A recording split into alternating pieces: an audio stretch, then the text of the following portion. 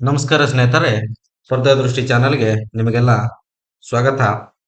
ಇಂದಿನ ಈ ವಿಡಿಯೋದಲ್ಲಿ ನಾವು ಗ್ರಾಮ ಆಡಳಿತ ಅಧಿಕಾರಿ ಈಗಾಗಲೇ ಮಾರ್ಚ್ 3ನೇ ತಾರೀಕಿಂದ ಅಪ್ಲಿಕೇಶನ್ ಲಿಂಕ್ ಸ್ಟಾರ್ಟ್ ಆಗುತ್ತೆ. ಎಲ್ಲರೂ ಅಪ್ಲೈ ಮಾಡ್ಕೊಳ್ಳಿ. ಅದಕ್ಕೂ ಮುಂಚೆ ಗ್ರಾಮ ಆಡಳಿತ ಅಧಿಕಾರಿ ನೂತನ ಪಠ್ಯಕ್ರಮದ ಬಗ್ಗೆ ನೀವು ಅದರ ಸಂಪೂರ್ಣ ವಿವರಣೆಯನ್ನು ತಿಳ್ಕೊಬೇಕಾಗಿರೋದು ಪ್ರಮುಖ ವಿಷಯವಾಗಿರುತ್ತೆ. ಓಕೆನಾ? ಇದರ 60 ದಿನಗಳ ಸ್ಟ್ರಾಟಜಿ ಪ್ಲಾನ್ ಹೇಗಿರುತ್ತೆ ಅನ್ನೋದ್ರ ಬಗ್ಗೆ ನಾವು ಈ ವಿಡಿಯೋದಲ್ಲಿ ನಿಮ್ಗೆ ಸಂಪೂರ್ಣವಾಗಿ ತಿಳಿಸ್ತಾ ಹೋಗ್ತೀನಿ. ವಿಡಿಯೋವನ್ನು ಕೊನೆವರೆಗೆ ದಯವಿಟ್ಟು ನೋಡಿ. ಓಕೆ, ನೋಡಿ, ನಮ್ಗೆಲ್ಲ ಗೊತ್ತಿದೆ ನೋಟಿಫಿಕೇಶನ್ ಅಂದ್ರೆ ಅಧಿಸೂಚನೆ PDF ಕಾಪಿಯಲ್ಲಿ ಸಿಲೆಬಸ್ ಕೊಟ್ಟಿದ್ದಾರೆ. ಎ ಇಂದ H ವರ್ಗ ಅಂದ್ರೆ 8 ಸೆಕ್ಷನ್ ಕೊಟ್ಟಿದ್ದಾರೆ. 8 ಸೆಕ್ಷನ್ ಕೊಟ್ಟಿದ್ದಾರೆ. ಯಾವುದು? ಪೇಪರ್ 1. ಓಕೆನಾ? ಅಂದ್ರೆ ಇದು ಗ್ರಾಮ ಆಡಳಿತಾಧಿಕಾರಿಗಳಿಗೆ ಟೋಟಲ್ 2 ಪೇಪರ್ ಇರ್ತವೆ. ಪೇಪರ್ 1, ಪೇಪರ್ 2 ಇದೆಲ್ಲರಿಗೂ ಗೊತ್ತಿದೆ. ಪೇಪರ್ 1, ಪೇಪರ್ 2 100 ಮಾರ್ಕ್ಸ್ ಇರುತ್ತೆ. ಇದು 100 ಮಾರ್ಕ್ಸ್ ಇರುತ್ತೆ. ಓಕೆನಾ? ಪ್ಲಸ್ ಇದ್ರ ಜೊತೆಗೆ ನೆಗೆಟಿವ್ ಮಾರ್ಕಿಂಗ್ ಇರುತ್ತೆ. ಓಕೆ, ಇಷ್ಟು ಪೇಪರ್ 1 ಅಲ್ಲಿ ಸಂಪೂರ್ಣ ಅಂದ್ರೆ ನಮ್ಗೆ ಜಾಸ್ತಿ ಡೀಟೇಲ್ ಏನು ಕೊಟ್ಟಿಲ್ಲ, ಜಸ್ಟ್ ಶಾರ್ಟ್ ಕಟ್ ಆಗಿ ಕೊಟ್ಟಿದ್ದಾರೆ. ಬಟ್ ಇದನ್ನ ನಾವು ಯಾವ ತರ ಅನಾಲಿಸಿಸ್ ಮಾಡ್ಕೋಬೇಕು ಅನ್ನೋದೇ ಈ ವಿಡಿಯೋದಲ್ಲಿ ನಿಮಗೆ ಹೇಳ್ತಾ ಹೋಗ್ತೀನಿ. ಓಕೆ, ನೆಕ್ಸ್ಟ್ ಫಸ್ಟ್ ಪಾಯಿಂಟ್ ಬಂದ್ಬಿಟ್ಟು ಪ್ರಚಲಿತ ಘಟನೆಗಳಿಗೆ ಸಂಬಂಧಿಸಿದ ಸಾಮಾನ್ಯ ಜ್ಞಾನದ ವಿಷಯಗಳು ಅಂತ ಕೊಟ್ಟಿದ್ದಾರೆ. ನಮ್ಗೆಲ್ಲ ಗೊತ್ತೇ ಇದೆ, ಸಾಮಾನ್ಯ ಜ್ಞಾನದ ವಿಷಯಗಳು ಕೇಳ್ತಾರೆ. ಅದು ಕೂಡ ಪ್ರಚಲಿತ ಘಟನೆಗಳಿಗೆ ಸಂಬಂಧಿಸಿದ. ಪ್ರಚಲಿತ ಘಟನೆಗಳು ಅಂತ ಕೊಟ್ಟಿಲ್ಲ, ಇವರು ಕೇಳಿಲ್ಲ. ಪ್ರಚಲಿತ ಘಟನೆಗಳಿಗೆ ಸಂಬಂಧಿಸಿದ ಸಾಮಾನ್ಯ ಜ್ಞಾನ ಅಂತ ಕೊಟ್ಟಿದ್ದಾರೆ. ಅಂದ್ರೆ ಇದರಲ್ಲಿ ಏನ್ ಬೇಕಾದ್ರೂ ಬರ್ಬೋದು. ಅಂದ್ರೆ ಪ್ರಚಲಿತ ಘಟನೆಗಳಲ್ಲಿ ಬಂದಂತ ಸರ್ಕಾರ, ಕರ್ನಾಟಕ ಸರ್ಕಾರ ಘೋಷಣೆ ಮಾಡಿರ್ತಕ್ಕಂತ ಯೋಜನೆಗಳ ಬಗ್ಗೆ ಕೇಳಬಹುದು, ಇಲ್ಲ ಭಾರತ ಸರ್ಕಾರದ ಬಗ್ಗೆ ಕೇಳಬಹುದು, ಸಾಮಾನ್ಯ ಜ್ಞಾನದ ವಿಷಯಗಳ ಬಗ್ಗೆ ಕೇಳಬಹುದು.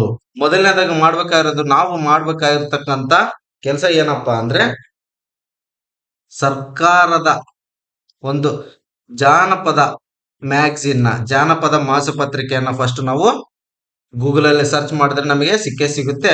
ಜಾನಪದ ವೆಬ್ಸೈಟ್ ಅಟ್ಲೀಸ್ಟ್ ಜನವರಿ 23ರಿಂದ ಹಿಡಿದು ಟಿಲ್ ಡೇಟ್ ಎಕ್ಸಾಮ್ ಡೇಟ್ ಯಾವಾಗಿರುತ್ತೋ ಆ ಮಂತ್, ಆ ತಿಂಗಳವರೆಗೂ ಏನೆಲ್ಲಾ ಮ್ಯಾಗಝಿನ್ಸ್ ಇದಾವೆ ಅದನ್ನ ಡೌನ್ಲೋಡ್ ಮಾಡ್ಕೊಂಡು ಕನಿಷ್ಠ 50 ಪೇಜಸ್ ಇರ್ತವೆ. 50 ಪೇಜಸ್ ಅಲ್ಲಿ ಜಾಸ್ತಿ ಸ್ಟೋರಿ ಇರುತ್ತೆ. ಅದರಲ್ಲಿ ಇಂಪಾರ್ಟೆಂಟ್ ಆಗಿರ್ತಕ್ಕಂಥದನ್ನ ಕಲೆಕ್ಟ್ ಮಾಡ್ಕೊಂಡು ನೀವು ನೋಟ್ಸ್ ಮಾಡ್ಕೋಬೇಕಾಗುತ್ತೆ, ನೋಟ್ಸ್ ಮೇಕಿಂಗ್ ಮಾಡ್ಕೋಬೇಕಾಗುತ್ತೆ. ಓಕೆನಾ? Notes making ಮಾಡ್ಕೊಂಡ್ಬಿಡಿ.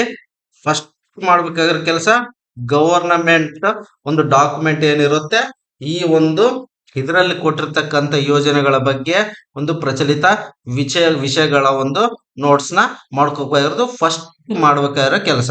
Okay, next economic ಸರ್ವೆನ download ಮಾಡ್ಕೊಳ್ಳಿ. ಇದು ಕೂಡ ಗೂಗಲ್ ಅಲ್ಲಿ ಅವೈಲಬಿಲಿಟಿ ಇದೆ. ಇದು 20 MB ಇದೆ. ಓಕೆ, 20 MB ಇದೆ. ಇದನ್ನು ಡೌನ್ಲೋಡ್ ಮಾಡ್ಕೊಳ್ಳಿ. ಡೌನ್ಲೋಡ್ ಮಾಡ್ಕೊಂಡು ಇಂಪಾರ್ಟೆಂಟ್ ಪಾಯಿಂಟ್ಸ್ ನ ನೋಟ್ ಮಾಡ್ಕೊಳ್ಳಿ. ಇದು ಸದ್ಯಕ್ಕೆ 2022-23 ಅಂದ್ರೆ ಎಕ್ಸಾಮ್ ಸಾಮಾನ್ಯವಾಗಿ ಜೂನ್ ಅಲ್ಲಿ ಇರುತ್ತೆ. ಜೂನ್ ಅಥವಾ ಮೇ ಅಲ್ಲಿ ಇರುತ್ತೆ. ಮೇ ಅಥವಾ June 2024 exam most probably exam date ಅದೇ ಟೈಮ್ ಅಲ್ಲಿ ಅನೌನ್ಸ್ ಮಾಡೋ ಚಾನ್ಸಸ್ ಇದೆ, ಕಂಡಕ್ಟ್ ಮಾಡೋ ಚಾನ್ಸಸ್ ಇದೆ. ಓಕೆ, ಅದರಿಂದ ಫಸ್ಟ್ ಇದರಲ್ಲಿ ಏನೇನ್ ಇಂಪಾರ್ಟೆಂಟ್ ವಿಚಾರಗಳು ಬರ್ತವೆ ಎಕನಾಮಿಕ್ ಸರ್ವೆಯಲ್ಲಿ ಅದನ್ನ ನೋಟ್ಸ್ ಮಾಡ್ಕೊಳ್ಳಿ. ಇದು ಪ್ರಚಲಿತ ಘಟನೆಗಳ ಬಗ್ಗೆ. ಅದರ ಜೊತೆಗೆ ಏನು ನಮಗೆ ಮ್ಯಾಗಝಿನ್ ಸಿಗ್ತವೆ, ಯಾವುದೇ ಕನ್ನಡ ಮ್ಯಾಗಝಿನ್ ಆಗಿರ್ಬೋದು, ಯಾವುದೇ ಕನ್ನಡ ಮಾಸಪತ್ರಿಕೆ, ಜಾಸ್ತಿ ಡೆಪ್ತ್ ಹೋಗ್ಬೇಡಿ. ಮೇನ್ ಇಂಪಾರ್ಟೆಂಟ್ ವಿಚಾರಗಳನ್ನ ಫಸ್ಟ್ ನೋಟ್ಸ್ ಮಾಡ್ಕೊಳ್ಳಿ. ಯಾಕಪ್ಪ ಅಂದ್ರೆ ಬುಕ್ಸ್ ಅಲ್ಲಿ ಅಂಡರ್ಲೈನ್ ಮಾಡ್ಕೊಂಡ್ರೆ ನೆಕ್ಸ್ಟ್ ರಿವಿಷನ್ಗೆ ನಿಮಗೆ ಅನುಕೂಲ ಆಗಲ್ಲ. ನೀವು ಇಂಪಾರ್ಟೆಂಟ್ ಪಾಯಿಂಟ್ಸ್ ನ ನೋಟ್ಸ್ ಅಲ್ಲಿ ಬರ್ಕೊಳ್ಳೋದ್ರಿಂದ ಎಕ್ಸಾಮ್ ಇನ್ನೇನು 1 ತಿಂಗಳೈತೆ ಅನ್ಬೇಕಾದ್ರೆ ಅದನ್ನ ರಿವಿಷನ್ ಮಾಡ್ಕೋಬಹುದು. ಓಕೆನಾ? ಅದನ್ನ ರಿವಿಷನ್ ಮಾಡ್ಕೊಂಡ್ರೆ ನಿಮ್ಮ ಕೈ ಬರಹವನ್ನು ನೀವು ನೋಡಿದಾಗ ನಿಮಗೆ ಜಾಸ್ತಿ ಹೊತ್ತು ನೆನಪಲ್ಲಿ ಇರ್ಲಿಕ್ಕೆ ಸಹಾಯ ಆಗುತ್ತೆ. ಓಕೆ, ನೆಕ್ಸ್ಟ್ ಪಾಯಿಂಟ್ ಬಿ ಅಲ್ಲಿ ಏನ್ ಕೇಳಿದಾರಪ್ಪ ಅಂದ್ರೆ ದೈನಂದಿನ ಗ್ರಹಿಕೆಯ ವಿಷಯಗಳು ಇದರಲ್ಲಿ ಯಾವ್ದು ಬೇಕಾದ್ರೂ ಬರಬಹುದು. ದೈನಂದಿನ ಗ್ರಹಿಕೆಯ ವಿಚಾರಗಳಲ್ಲಿ ಏನೆಲ್ಲ ಮಾನಸಿಕ ಮೆಂಟಲ್ ಅಬಿಲಿಟಿನೂ ಬರುತ್ತೆ. ಓಕೆ, ಸಾಮಾನ್ಯ ವಿಜ್ಞಾನನೂ ಬರುತ್ತೆ. ಅಂದ್ರೆ ಒಂದು ಸ್ಟಾಟಿಕ್ ಜಿಕೆನೂ ಬರುತ್ತೆ. ಎಲ್ಲ ನಮ್ಮ ದೈನಂದಿನ ನಾವ್ ಏನೆಲ್ಲ ನೋಡ್ಲಿಕ್ಕೆ ಇರುತ್ತೋ ಸಾಮಾನ್ಯವಾದಂತಹ ಒಂದು ವಿಚಾರಗಳ ಬಗ್ಗೆ ಕೇಳ್ತಾರೆ, ಪ್ರಶ್ನೆಗಳನ್ನ ಕೇಳ್ತಾರೆ. ಓಕೆನಾ. ನೆಕ್ಸ್ಟ್, ಭಾರತದ ಸಂವಿಧಾನದ ಸ್ಥೂಲ ನೋಟದ ವಿಷಯಗಳು ಅಂತ ಕೊಟ್ಟಿದ್ದಾರೆ. ಅಂದ್ರೆ ನಮ್ಗೆ ಬೇಸಿಕ್ ಇನ್ಫಾರ್ಮೇಶನ್ ಗೊತ್ತಿರಬೇಕು ಸಂವಿಧಾನದ ಬಗ್ಗೆ. ಪ್ರಿಯಂಬಲ್, ಮೂಲಭೂತ ಹಕ್ಕುಗಳು, ಮೂಲಭೂತ ಕರ್ತವ್ಯಗಳು ಹಾಗೂ ಸಂಸತ್ತು, ಪಾರ್ಲಿಮೆಂಟು, ಆಮೇಲೆ ಸ್ಟೇಟ್ ಲೆಜಿಸ್ಲೇಚರ್, ಈ ಒಂದು ಫಸ್ಟ್ ಬೇಸಿಕ್ ಥಿಂಗ್ಸ್ ಯಾವುವು ಅದ್ರ ಬಗ್ಗೆ ನಾವು ಫಸ್ಟ್ ನೋಟ್ಸ್ ನ ಮಾಡ್ಕೊಂಡಿರ್ಬೇಕು. ಅದ್ರ ಬಗ್ಗೆ ನಾವು ಫಸ್ಟ್ ಅದನ್ನ ಮುಗಿಸ್ಬೇಕು. ಅದಾದ ತಕ್ಷಣ ಪ್ರಚಲಿತ ಘಟನೆಗಳಲ್ಲಿ ಬಂದಂತಹ ಒಂದು ಸಂವಿಧಾನಕ್ಕೆ ಸಂಬಂಧಿಸಿದಂತಹ ಒಂದು ಅಂಶಗಳನ್ನ ನಾವು ಬರ್ಕೊಂಡು ರೆಡಿ ಇಟ್ಕೊಂಡಿರ್ಬೇಕು. ಓಕೆನಾ. ನೆಕ್ಸ್ಟ್ ಬಿ, ಇದರಲ್ಲಿ ಏನು ವಿಶೇಷತೆ ಏನಪ್ಪಾ ಅಂದ್ರೆ ನೋಡಿ, ವಿಶೇಷವಾಗಿ ಕರ್ನಾಟಕಕ್ಕೆ ಸಂಬಂಧಿಸಿದ ಭಾರತದ ಇತಿಹಾಸ ಅಂತ ಕೇಳಿದ್ದಾರೆ. ಭಾರತದ ಇತಿಹಾಸ ಅಂದ್ರೆ ಸಮಗ್ರ ಇತಿಹಾಸ ಅಂತ ಇವ್ರು ಕೊಟ್ಟಿಲ್ಲ. ಸಮಗ್ರ ಇತಿಹಾಸ ಅಲ್ಲ. ಇಲ್ಲಿ ನೋಡಿ, ವಿಶೇಷವಾಗಿ ಕರ್ನಾಟಕಕ್ಕೆ ಸಂಬಂಧಿಸಿದ ಭಾರತದ ಇತಿಹಾಸ ಅಂದ್ರೆ KS ಒಂದು ಸಿಲೆಬಸ್ ಅಲ್ಲಿ ಏನ್ ಕೊಟ್ಟಿದಾರಪ್ಪ ಅಂದ್ರೆ ಕರ್ನಾಟಕ ಇತಿಹಾಸಕ್ಕೆ ಸಂಬಂಧಿಸಿದಂತೆ ಕದಂಬರಿಂದ ಹಿಡಿದು ಹೊಯ್ಸಳರವರೆಗೆ ಕೆಲವೊಂದು ಮುಖ್ಯವಾದಂತಹ ಒಂದು ಕಾಲಘಟ್ಟಗಳನ್ನು ನಾವು ನೋಟ್ ಮಾಡ್ಕೊಳ್ಳೋದು ಮುಖ್ಯವಾಗಿರುತ್ತೆ. ಅದಾದ ತಕ್ಷಣ ವಿಜಯನಗರ ಸಾಮ್ರಾಜ್ಯದ ಬಗ್ಗೆ ಒಂದು ಪ್ರಶ್ನೆಗಳನ್ನು ಕೇಳೋದು ಸರ್ವೇ ಸಾಮಾನ್ಯ. ಪ್ರತಿ ವರ್ಷನೂ ಪ್ರತಿ ಎಕ್ಸಾಮ್ ಅಲ್ಲೂ ವಿಜಯನಗರ ಸಾಮ್ರಾಜ್ಯದ ಬಗ್ಗೆ ನಮಗೆ ಪ್ರಶ್ನೆಗಳನ್ನು ಕೇಳ್ತಾನೆ ಬರ್ತಾ ಇದ್ದಾರೆ. ಅವರ ನಂತರದ ಕಾಲ ಅಂದ್ರೆ ಅವರ ಸಮಕಾಲೀನ ಆಗಿರ್ಬೋದು, ಅವರ ನಂತರದ ಬಹುಮನಿ ಸುಲ್ತಾನರ ಬಗ್ಗೆ ಆಗಿರ್ಬೋದು, ಅವರ ನಂತರ ವಿಜಯನಗರ ಸಾಮ್ರಾಜ್ಯದ ನಂತರ ಆದಂತಹ ಒಂದು ರಾಜರುಗಳ ಬಗ್ಗೆ ಆಗಿ ಪ್ರಶ್ನೆಗಳು ಬರ್ತಾನೆ ಇದಾವೆ. ಇದನ್ನು ನೋಡ್ಕೊಳ್ಳೋದು ತುಂಬಾ ಇಂಪಾರ್ಟೆಂಟ್ ಆಗುತ್ತೆ. ನೋಡಿ, ಪಾಯಿಂಟ್ ನ ಚೆನ್ನಾಗಿ ಅಬ್ಸರ್ವ್ ಮಾಡಿ. ವಿಶೇಷವಾಗಿ ಕರ್ನಾಟಕಕ್ಕೆ ಸಂಬಂಧಿಸಿದ ಒಂದು ಭಾರತದ ಇತಿಹಾಸ ಅನ್ನೋದು ನೆನಪಲ್ಲಿ ಇಟ್ಕೊಂಡಿರಿ. ಓಕೆನಾ. ಇದರಲ್ಲಿ ಸಬ್ ಪಾಯಿಂಟ್ಸ್ ನೋಡಿ, ವಿಜಯನಗರ ಸಾಮ್ರಾಜ್ಯ, ನೆಕ್ಸ್ಟ್ ಅದರ ಒಂದು ಧಾರ್ಮಿಕ ಪಂಥಗಳಾಗಿರ್ಬೋದು, ಬಹುಮನಿ ಶಾಹಿಗಳಾಗಿರ್ಬೋದು, ಚಿಕ್ಕ ದೇವರಾಜ ಒಡೆಯರ ಒಂದು ಕೊಡುಗೆಗಳು, ಇವರೆಲ್ಲ ತುಂಬಾ ಇಂಪಾರ್ಟೆಂಟ್, ತುಂಬಾ ಮುಖ್ಯವಾದಂತಹ ಒಂದು ರಾಜರುಗಳಾಗಿರ್ತಾರೆ.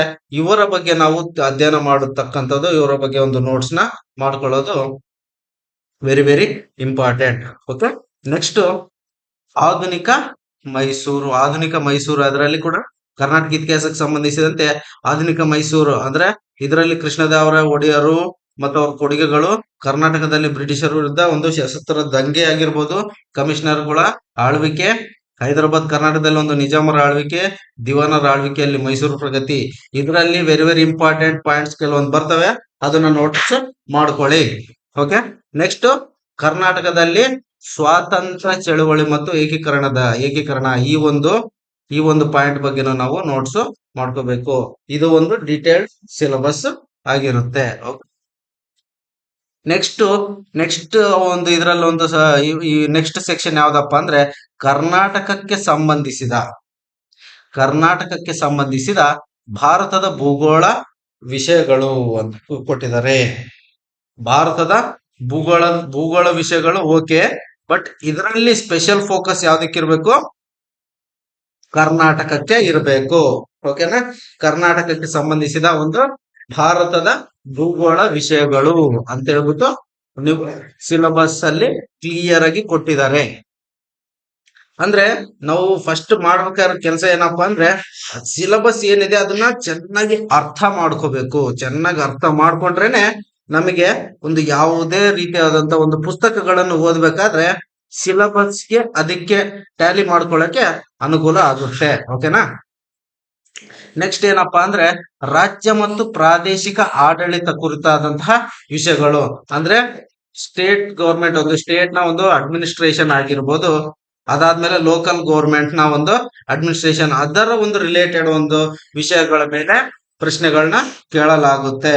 ಓಕೆ, ನೆಕ್ಸ್ಟ್ ನೆಕ್ಸ್ಟ್ ಸೆಕ್ಷನ್ ಬಂದ್ಬಿಟ್ಟು ಜಿ.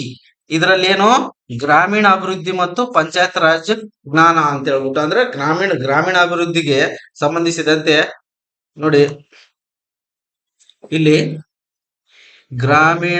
ಗ್ರಾಮೀಣ ಅಭಿವೃದ್ಧಿ, ಪಂಚಾಯತ್ ರಾಜ್ ಸಂಸ್ಥೆಗಳು ಮತ್ತು ಗ್ರಾಮೀಣ ಸಹಕಾರ ಸಂಸ್ಥೆಗಳಿಗೆ ಸಂಬಂಧಿಸಿದ ಉಪಕ್ರಮಗಳನ್ನು ಒಳಗೊಂಡಂತೆ ಕರ್ನಾಟಕ ಆರ್ಥಿಕತೆಯ ಅಭಿವೃದ್ಧಿ ಕುರಿತ ವಿಷಯಗಳು, ಇದರ ಬಗ್ಗೆ ಪ್ರಶ್ನೆಗಳನ್ನು ಕೇಳಲಾಗುತ್ತೆ. ಓಕೆನಾ. ಇದರಲ್ಲಿ ಏನ್ ಡೀಟೇಲ್ ಏನಪ್ಪಾ ಅಂದ್ರೆ 73 ಮತ್ತು 74ನೇ ಸಂವಿಧಾನದ ತಿದ್ದುಪಡಿ ಬಗ್ಗೆ ನಾವು ತಿಳ್ಕೊಂಡಿರ್ಬೇಕು. ಅದರಲ್ಲಿ ಕರ್ನಾಟಕ ಪಂಚಾಯತ್ ರಾಜ್ನ ಒಂದು ಇತಿಹಾಸ ತಿಳ್ಕೊಂಡಿರ್ಬೇಕು. ಗ್ರಾಮ ಪಂಚಾಯತ್ ಒಂದು ರಚನೆ ಮತ್ತು ಗ್ರಾಮ ಪಂಚಾಯತ್ ಅಧ್ಯಕ್ಷ ಉಪಾಧ್ಯಕ್ಷರ ಅಧಿಕಾರ ಮತ್ತು ಕರ್ತವ್ಯಗಳ ಬಗ್ಗೆ ಬರುತ್ತೆ. ಗ್ರಾಮ ಪಂಚಾಯತ್ ನ ಒಂದು ಕರ್ತವ್ಯಗಳು, ಗ್ರಾಮ ಪಂಚಾಯತ್ ಹಣಕಾಸು ಸಂಪನ್ಮೂಲಗಳು, ಗ್ರಾಮ ಪಂಚಾಯತ್ ಸಿಬ್ಬಂದಿ ಮತ್ತು ಕರ್ತವ್ಯಗಳು, ರಾಷ್ಟ್ರೀಯ ಗ್ರಾಮೀಣ ಉದ್ಯೋಗ ಖಾತ್ರಿ ಕಾಯ್ದೆಯ ಒಂದು ಕಾಯ್ದೆ ಮತ್ತು ಯೋಜನೆ ಬಗ್ಗೆ, ಸಂಪೂರ್ಣ ಸ್ವಚ್ಛತಾ ಆಂದೋಲನ ಮತ್ತು ಸರ್ಕಾರ ವಸತಿ ಯೋಜನೆಗಳು, ಇವೆಲ್ಲ ಏನು ಗ್ರಾಮ ಪಂಚಾಯತಿಗೆ ಸಂಬಂಧಿಸಿದಂತಹ ಒಂದು ಯೋಜನೆಗಳನ್ನ ನಾವು ತಿಳ್ಕೊಳ್ಳೋದು ಬಹಳ ಮುಖ್ಯ ಆಗಿರುತ್ತೆ. ಓಕೆ, ನೆಕ್ಸ್ಟ್ ಲಾಸ್ಟ್ ಬಂದ್ಬಿಟ್ಟು ಒಂದು ಪರಿಸರದ ಬಗ್ಗೆ, ಕರ್ನಾಟಕದ ಒಂದು ಪರಿಸರ ಸಂಬಂಧಿ ಸಮಸ್ಯೆಗಳು ಮತ್ತು ಅಭಿವೃದ್ಧಿ ಕುರಿತಾದಂತಹ ವಿಷಯಗಳ ಬಗ್ಗೆ ಪ್ರಶ್ನೆಗಳನ್ನ ಕೇಳಲಾಗುತ್ತೆ. ಕರ್ನಾಟಕ ಪರಿಸರ ಸಂಬಂಧಿ ವಿಷಯಗಳು, EVS ಎನ್ವಿರಾನ್ಮೆಂಟ್ ಅಂತ ಸಂಪೂರ್ಣವಾಗಿ ಕೇಳಿಲ್ಲ. ಸ್ಪೆಷಲ್ ಫೋಕಸ್ ಯಾವ್ದಕ್ಕೆ? ಕರ್ನಾಟಕಕ್ಕೆ ಸಂಬಂಧಿಸಿದಂತೆ ಒಂದು ವಿಷಯಗಳ ಮೇಲೆ ಪ್ರಶ್ನೆಗಳನ್ನ ಕೇಳಲಾಗುತ್ತೆ. ಅದರ ಬಗ್ಗೆ ನಾವು ತಿಳ್ಕೊಳ್ಳೋದು ತುಂಬಾ ಮುಖ್ಯ ಆಗಿರುತ್ತೆ. ನೆಕ್ಸ್ಟ್ ಪತ್ರಿಕೆ 2 ಅಲ್ಲಿ ಏನೇನಿರುತ್ತಪ್ಪ ಅಂದ್ರೆ, ಪತ್ರಿಕೆ 2 ಅಲ್ಲಿ ಮೇನು ಕನ್ನಡ, ಇಂಗ್ಲಿಷ್, ಕಂಪ್ಯೂಟರ್ ಇರುತ್ತೆ. ಕನ್ನಡಕ್ಕೆ ಎಷ್ಟು? 35 ಪ್ರಶ್ನೆಗಳು, ಇಂಗ್ಲಿಷ್ಗೆ 35 ಪ್ರಶ್ನೆಗಳು, ಕಂಪ್ಯೂಟರ್ಗೆ 30 ಪ್ರಶ್ನೆಗಳು. ಓಕೆನಾ. ಟೋಟಲ್ 100 ಪ್ರಶ್ನೆಗಳು 100 ಮಾರ್ಕ್ಸ್ಗೆ ಇರುತ್ತೆ. ಆಮೇಲೆ ನೆನ್ಪಿಟ್ಕೊಂಡಿರಿ, ಪ್ರತಿ ಸರಿ ಉತ್ತರಕ್ಕೆ 1 ಅಂಕ, ಪ್ರತಿ ತಪ್ಪು ಉತ್ತರಕ್ಕೆ -0.25 ಅಂಕಗಳನ್ನು ಒಂದು ಕಟ್ ಮಾಡಲಾಗುತ್ತೆ. ಹಾಗಾದ್ರಿಂದ ನಾವು ಎಕ್ಸಾಮ್ ನ ಅಟೆಂಡ್ ಮಾಡ್ಬೇಕಂದ್ರೆ ಮೊದಲನೇ ಮಾಡ್ಬೇಕಾದ್ರೆ ಕೆಲಸ ಏನಪ್ಪಾ ಅಂದ್ರೆ, ನಮಗ್ ಬಂದ್ರೆ ಮಾತ್ರ ಅಟೆಂಡ್ ಮಾಡ್ಬೇಕು.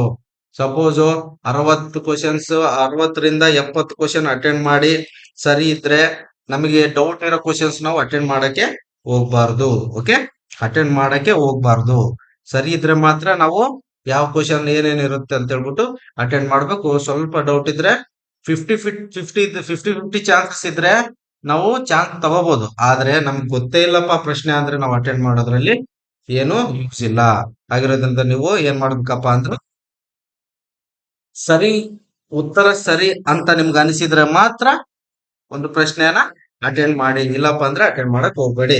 ಆಮೇಲೆ ಪ್ರತಿ ಒಂದು ಸೆಕ್ಷನ್ಗೆ ಸಂಬಂಧಿಸಿದಂತೆ ಒಂದು ಇದೇ ಕೀ ಕರ್ನಾಟಕ ಎಕ್ಸಾಮಿನೇಷನ್ ಅಥಾರಿಟಿಯಿಂದ ಕೇಳಿರ್ತಕ್ಕಂತ, ಅಂದ್ರೆ ನವೆಂಬರ್ ತಿಂಗಳಲ್ಲಿ ಅಂದ್ರೆ 2023 ನವೆಂಬರ್ ತಿಂಗಳಲ್ಲಿ ಕೇಳಲಾದಂತಹ ಒಂದು ಪ್ರಶ್ನೆ ಪತ್ರಿಕೆಗಳನ್ನ ಒಂದು ಸಂಪೂರ್ಣ ವಿವರಣೆ ಪ್ಲಸ್ ಅದರ ಬಗ್ಗೆ ಒಂದು ಟೆಸ್ಟ್ ನಾನು ನೆಕ್ಸ್ಟ್ ವಿಡಿಯೋದಲ್ಲಿ ಮಾಡ್ತೀನಿ. ಓಕೆ, ಅದರ ಒಂದು ಅಂದ್ರೆ ಸಿಲೆಬಸ್ಗೂ ಪ್ಲಸ್ ಆ ಒಂದು ಪ್ರಶ್ನೆಗಳಿಗೂ ಟ್ಯಾಲಿ ಮಾಡ್ಬಿಟ್ಟು ಡಿಸ್ಕಸ್ ಮಾಡೋಣ. ಅದು ಒಂದು ನೆಕ್ಸ್ಟ್ ವಿಡಿಯೋದಲ್ಲಿ ನಿಮಗೆ ಅಪ್ಲೋಡ್ ಮಾಡ್ತೀನಿ. ನೀವು ಈ ಚಾನಲ್ಗೆ ಹೊಸದಾಗಿ ಸೇರಿದ್ರೆ ದಯವಿಟ್ಟು ಸಬ್ಸ್ಕ್ರೈಬ್ ಆಗಿ, ಹಾಗೂ ಯಾರೆಲ್ಲ ನಿಮ್ ಫ್ರೆಂಡ್ಸ್ ಇದಾರೆ ಅವ್ರಿಗೆ ಶೇರ್ ಮಾಡಿ.